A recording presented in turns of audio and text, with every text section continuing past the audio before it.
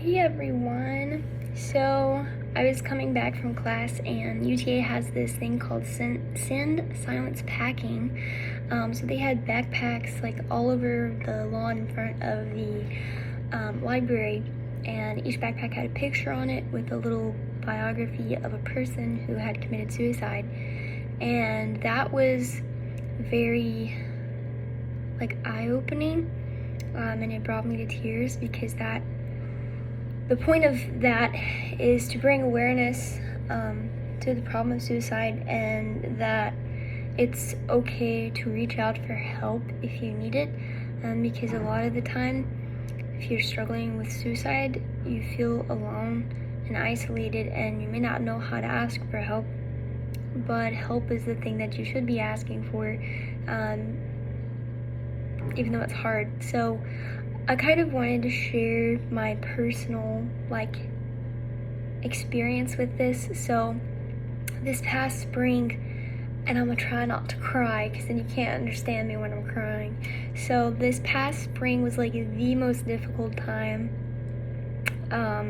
for me, I guess, mentally and psychologically.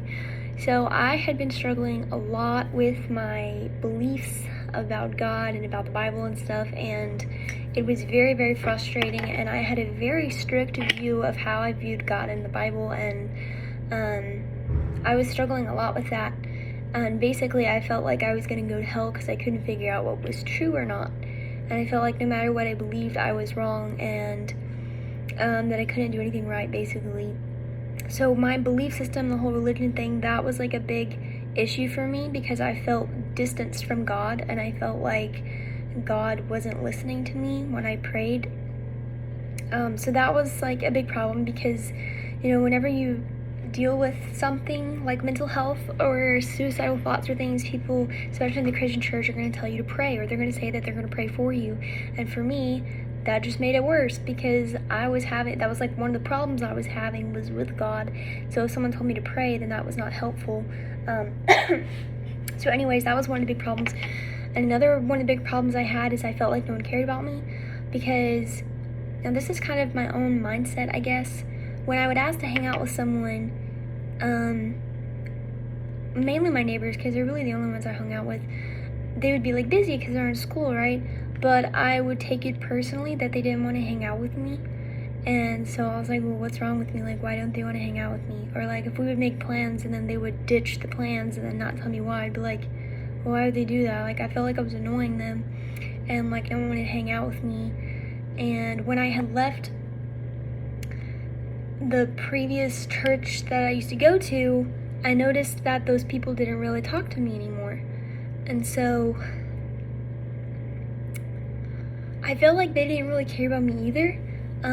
But then I was like, well, I know they have their own life, So, yeah, I just felt like no one really cared about me, basically. So I felt lonely, and I also wasn't doing very well in my classes. And I felt like my career plans weren't going to work out because I wasn't doing well in classes. I felt like I wasn't even learning because everything was online, right? So basically, I felt like my life, I didn't have purpose at that time. Because I was like, my career is not working out, I don't have friends, no one cares about me, and I don't even know what I believe religiously or spiritually or whatever, so I don't even know what I'm doing here. And whenever you're in that kind of state of mind, you can believe a lot of things that aren't true. So first of all, let me tell you, my family loves me so much, but at that time, I honestly believed that they wouldn't care if I died. So, I'm getting emotional. I'm fine. So for a few months, I didn't tell anyone what was bothering me. In the beginning, I didn't tell anyone. But I would have a lot of emotional breakdowns, and I had a lot of panic attacks and anxiety attacks. So I would walk out of my apartment late at night just to cry outside because I didn't want my roommates to be disturbed by that. Or I would go on really long walks just to be alone. So I figured that the only way I could get away from that feeling, because I I had dealt with depression before. Honestly, the depression kind of started like in the summer of 2020, and it just got really bad in the spring semester, so this wasn't like a sudden thing. It had been like sitting in there a while, and I didn't know how to deal with it, so it just got worse.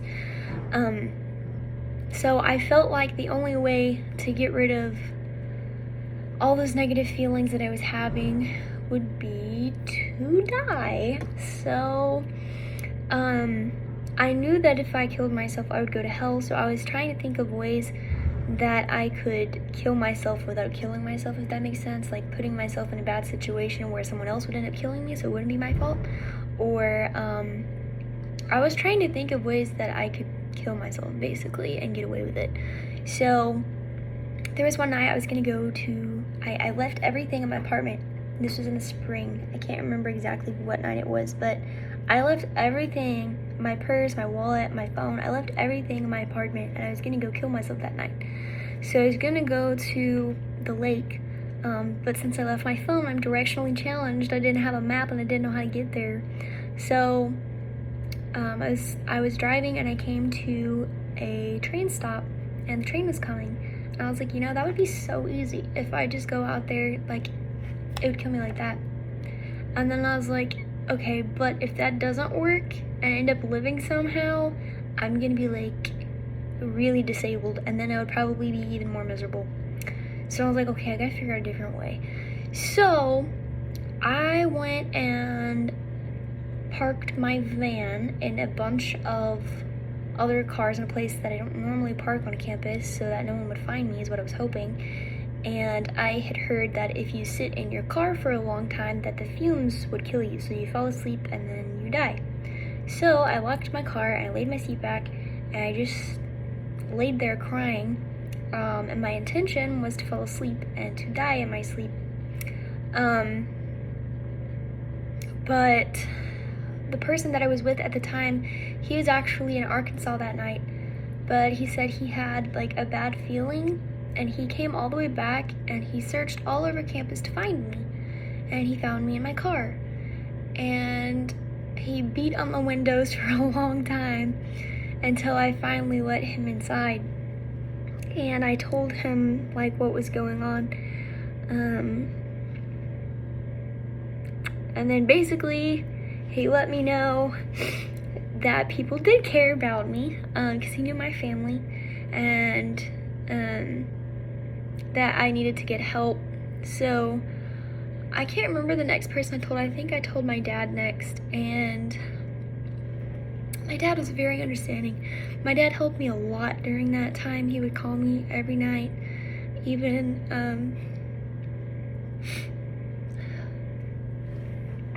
if it was like in the middle of the night and I needed someone to talk to, I'd call my dad. So then I went to my doctor, and I broke down crying, telling my doctor about everything, and she gave me a hug, and then she put me on some antidepressant and anxiety medicine because I was having like a lot of panic attacks and stuff, and then I started seeing a counselor,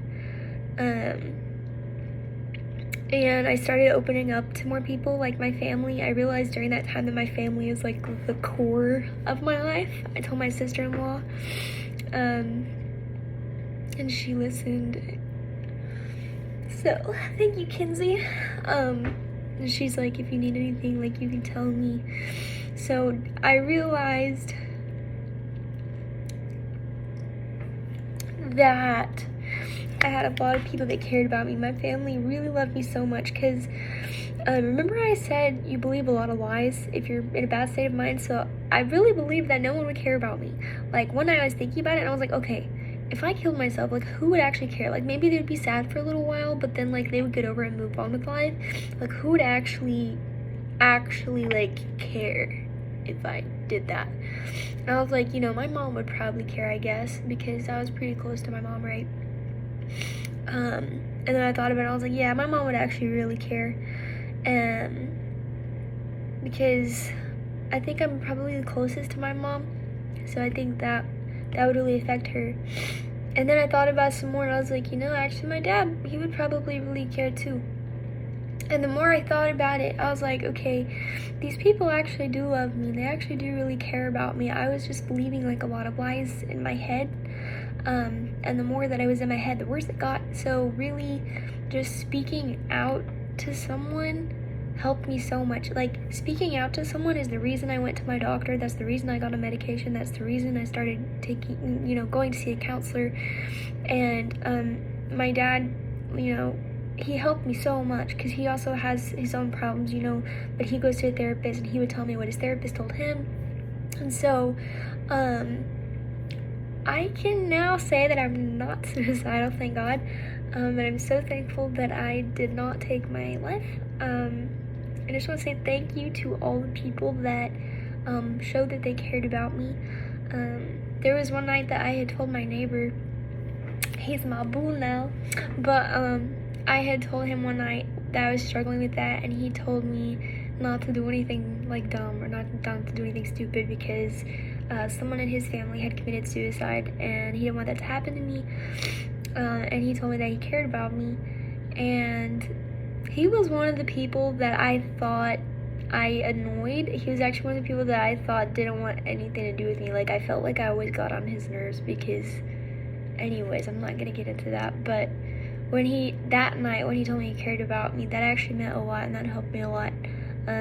Just basically, if you're feeling alone, kind of like I was in the beginning because I didn't want to tell anybody, don't worry what people are going to think about you if you tell someone, because I was worried, like, if I tell someone, they're just going to think I want attention, and I wasn't trying to get attention.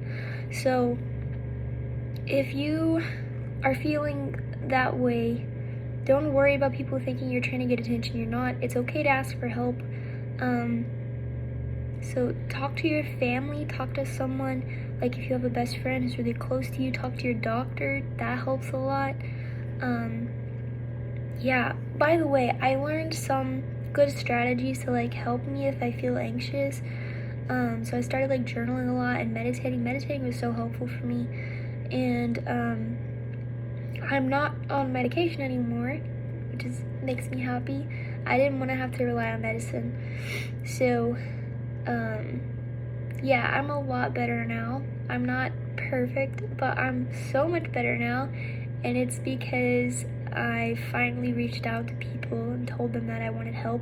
Honestly, I wanted help the whole time. I just didn't know how to reach out to people. Like, how do you just like tell somebody like, hey, I kind of want to kill myself? Like, like I didn't know how to reach out to people. So I did want help. I just didn't know how to ask for it. But I just want to encourage you that it's okay to ask for help, even if you don't know the right words or something. You can just tell somebody like, hey, I feel really lonely, or like, I feel like I have no purpose. Like, just in whatever way you want to say it, tell them what's wrong, and then that will help you a lot, honestly. I think being alone or feeling alone, isolating yourself is like the worst thing you can do in that situation. That's just gonna make it so much worse and harder to deal with. So yeah, you're not alone, and I promise there are so many people that care about you and love you and will miss you so much if you decide to take your life. So your life has value, even if you don't feel like it does right now, or even if you don't see how it does right now. You are so valuable, and I want you to know that. Yeah, I hope this helped someone. I love you. Bye.